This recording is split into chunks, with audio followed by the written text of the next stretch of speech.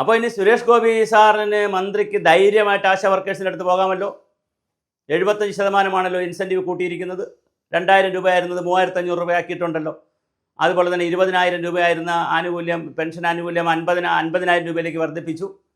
പിന്നെ അതുപോലെ തന്നെ നമ്മുടെ ആയുഷ്മാൻ ഭാരതിലൊക്കെ ഉൾപ്പെടുത്തി, ആരോഗ്യ ഭാരതിലൊക്കെ ഉൾപ്പെടുത്തിയിട്ട് ഇൻഷുറൻസ് കിട്ടാനുള്ള തുക 5 ലക്ഷമായി കൂട്ടിക്കൊണ്ടുവന്നു. പിന്നെ പല പല ആനുകൂല്യങ്ങളും കൊണ്ടുവന്നു. അപ്പോൾ കേന്ദ്ര ഗവൺമെൻറ് എന്തായാലും വാക്ക് പാലിച്ചു. അപ്പോൾ സുരേഷ് ഗോപി അവിടെ ചെന്നപ്പോൾ, ഈ സമരസ്ഥലത്ത് ചെന്നപ്പോൾ വളരെ ആവേശത്തോടുകൂടി അദ്ദേഹത്തെ സ്വീകരിക്കുകയും അദ്ദേഹം കൊടുത്തുവിട്ട സാധനങ്ങളൊക്കെ വാങ്ങുകയും ഒക്കെ ചെയ്തതിന് ശേഷം അവസാനം പല നേതാക്കളും ഒക്കെ പറയുന്നുണ്ടായി, സുരേഷ് ഗോപി ഇങ്ങനെ ചുമ്മാ വരുന്നതിൽ കാര്യമില്ല, ഉത്തരവ് കൊണ്ടുവരൂ എന്നൊക്കെ ചോദിച്ചു. എന്തായാലും സുരേഷ് ഗോപി ഉത്തരവ് കൊണ്ടുവരൂ എന്ന് ചോദിച്ചതിനൊരു ഉത്തരമായിരിക്കുന്നു.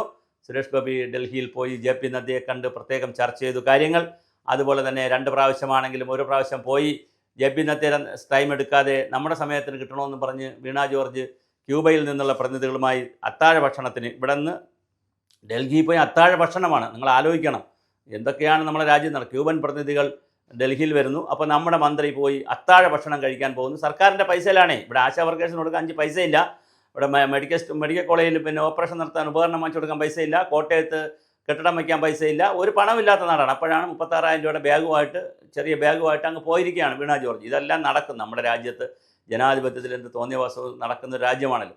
എന്തായാലും അവർ പോയി. ആദ്യ പ്രാവശ്യം പോയി കണ്ടില്ല. ക്യൂബൻ പ്രതിനിധി വരുന്ന ദിവസം പോയി. അത് പക്ഷേ തലേ ദിവസം ലെറ്റർ അയച്ചെന്നും പിറ്റേ ദിവസം അയച്ചെന്നൊക്കെ പറഞ്ഞ് വലിയ കൺഫ്യൂഷൻ എന്തായാലും അപ്രാവശ്യം കാണാൻ പറ്റിയില്ല. പിന്നെ അടുത്ത പ്രാവശ്യം നദ്ദയെ പോയി കണ്ടു, കാര്യങ്ങൾ ചർച്ച ചെയ്തു. പിന്നെ സുരേഷ് ഗോപിയുടെ ശക്തമായ ഇടപെടലുണ്ടായി, ജോർജ് കുര്യൻ്റെ ഇടപെടലുണ്ടായി. എന്തായാലും ആശാ വർക്കേഴ്സിൻ്റെ ശമ്പളം 100% കൂട്ടുക പ്രായോഗികമല്ല, ഒരു ഗവൺമെൻറ് അങ്ങനെ ചെയ്യാറില്ല. പക്ഷേ എങ്കിൽ പോലും ഇത് 75% കൂട്ടി അത് പോരാ എന്നുള്ള അഭിപ്രായക്കാരനാണ് ഞാൻ. കുറച്ചുകൂടി അവർക്ക് 5,000 രൂപയെങ്കിലും കേന്ദ്രത്തിൽ നിന്ന് കൊടുക്കണമായിരുന്നു. എങ്കിൽ പിന്നെ ഇവിടെയും ഉള്ളതും കൂടെ ആകുമ്പോൾ അവർക്ക് കുറേ അധികം 10,000 20,000 രൂപ കിട്ടുമായിരുന്നു. എന്തായാലും അത് സംഭവിച്ചില്ല. പക്ഷേ കൂട്ടി എന്നുള്ളതൊരു വലിയ വാർത്തയാണ്.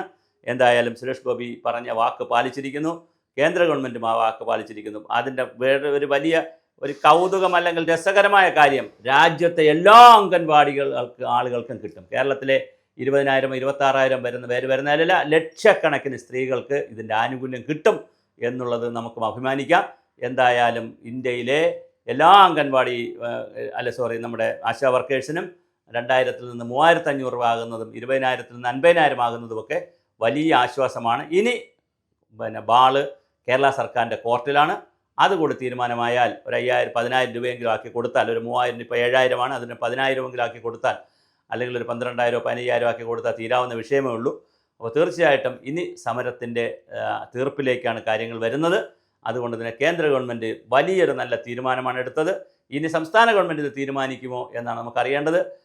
VS അച്യുതാനന്ദൻ അവസാനത്തെ കമ്മ്യൂണിസ്റ്റാണ് എന്ന് കുറേ ആളുകൾ പറഞ്ഞു. അപ്പോൾ അവസാനത്തെ കമ്മ്യൂണിസ്റ്റ് അല്ല എന്നാണ് സഹാക്കളും അതുപോലെ അതിന് VS ഗവൺമെൻറ്റിനെയും പാർട്ടിയെയൊക്കെ പ്രതിരോധിക്കുന്ന ആളുകൾ പറഞ്ഞത്. ഇത് കമ്മ്യൂണിസ്റ്റ് ഗവൺമെൻറ് തന്നെയാണ്. മാത്രമല്ല കമ്മ്യൂണിസം അവസാനിപ്പിച്ചിട്ടില്ല, ഇനിയും ഒരുപാട് കമ്മ്യൂണിസ്റ്റുകൾ ഇവിടെ ഉണ്ടാവും. അങ്ങനെയാണെങ്കിൽ ആ കമ്മ്യൂണിസത്തിൻ്റെ മുഖമുദ്രയായ ഈ തൊഴിലാളി വർഗത്തോട് കാണിക്കുന്ന ഒരു മമത, പണ്ട് കാലത്ത് കാണിച്ചിരുന്നൊരു മമത വീണ്ടും കാണിക്കണം. ആശാ വർക്കേഴ്സിൻ്റെ സമരം എത്രയും പെട്ടെന്ന് തീരട്ടെ. നിങ്ങൾ കമ്മ്യൂണിസ്റ്റാണെന്ന് തെളിയിക്കുക. തീർച്ചയായിട്ടും അതിനൊരു വലിയ അവസരമാണ് വന്നിരിക്കുന്നത്. അതുപോലെ മറ്റൊരുപാട് കേസിൽ അങ്ങനെ തെളിയിക്കേണ്ടതുണ്ട്. എന്നാൽ പോലും ഇതൊരു വലിയ സാധ്യതയാണുള്ളത്. 167 170 ദിവസമായി വനിതകൾ സമരത്തിലാണ്. അപ്പോൾ ഇതൊരു വലിയ സന്തോഷ വാർത്തയാണ് വന്നിരിക്കുന്നത്. അതിനനുബന്ധമായൊരു സന്തോഷ വാർത്ത കേരള സർക്കാരും ഒരു തീരുമാനം ക്യാബിനറ്റ് എടുക്കട്ടെ. അങ്ങനെ ആശാ വർക്കേഴ്സിൻ്റെ സമരം അവസാനിക്കുമെന്ന് നമുക്ക് പ്രതീക്ഷിക്കാം.